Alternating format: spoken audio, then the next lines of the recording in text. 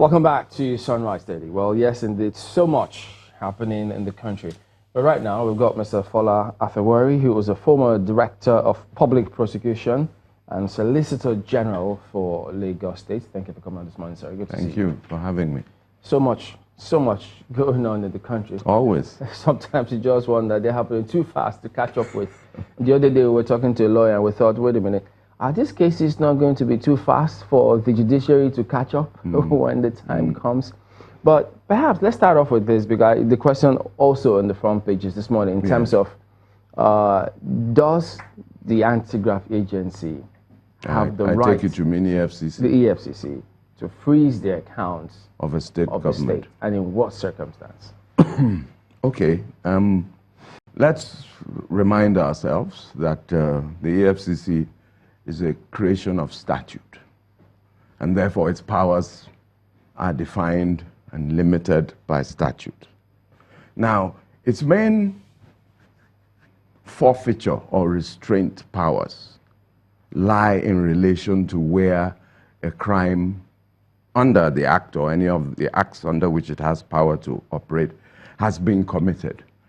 And then you trace, right, a specific amount or thing to a particular place, and then you seek to either restrain its use, access, etc., or you get an interim forfeiture order, principally to prevent that money from being used,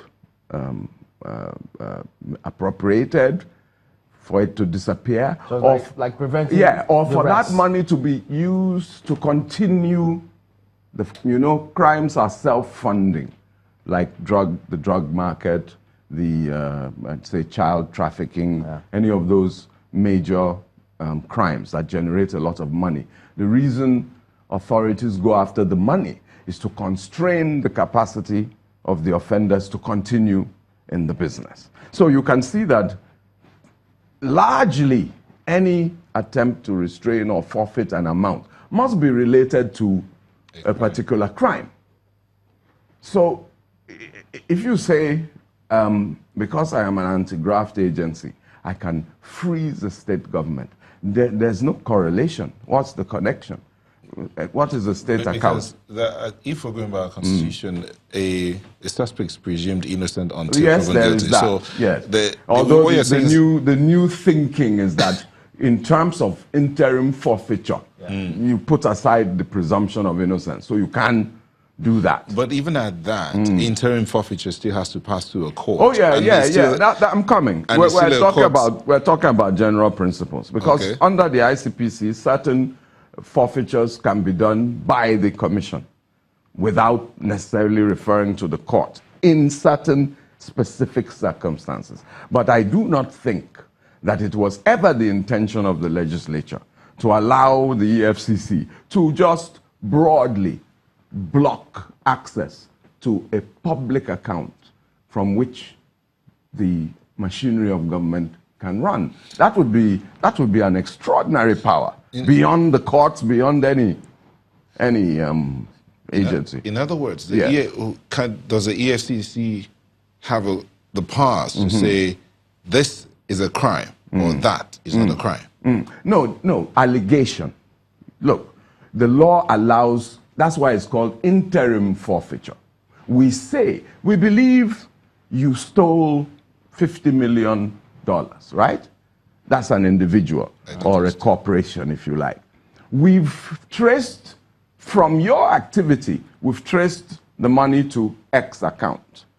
So while we determine your guilt or innocence, we want to hold the money. It's an interim forfeiture. At the end of the trial, the court may say, sorry, you haven't proved your case. Or, in case you are not able to establish genuine ownership, even if you are acquitted, the court can still make a final forfeiture order. So the graft, the new laws, as they call them, and most countries are adopting them, have become less concerned about the pure presumption of innocence thing where you're not supposed to. But a man in detention awaiting trial is presumed innocent, yet he is still constrained, probably because of the nature of the offense, such as armed robbery.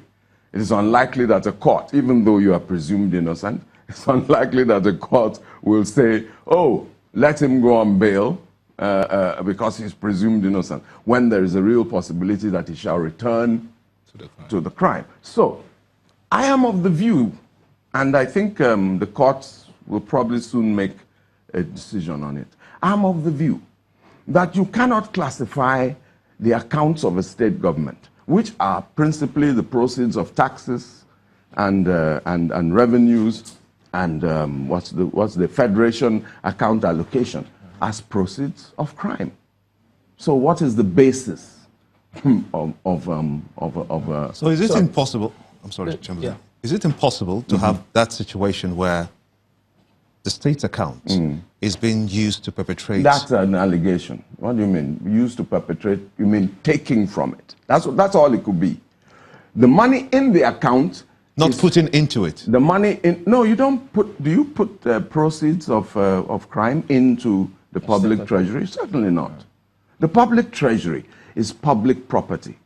Its sources are tax rates and allocations. So it's then possible that, or should I say probable in this instance, that the EFCC acted uninformed by freezing the accounts of Benue State in the first instance. They purported to freeze. And to me, it's illegal. They don't have that power to freeze the. Look, let me tell you, we may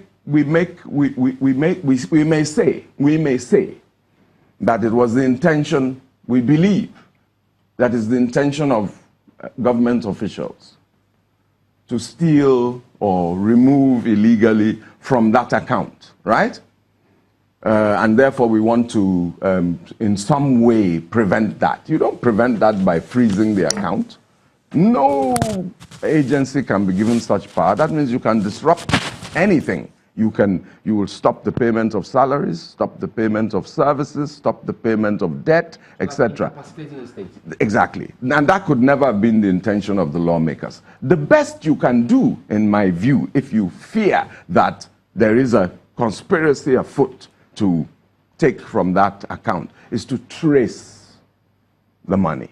Then when it goes into like a private account, you can say, aha, I want to freeze that account. And the law is clear.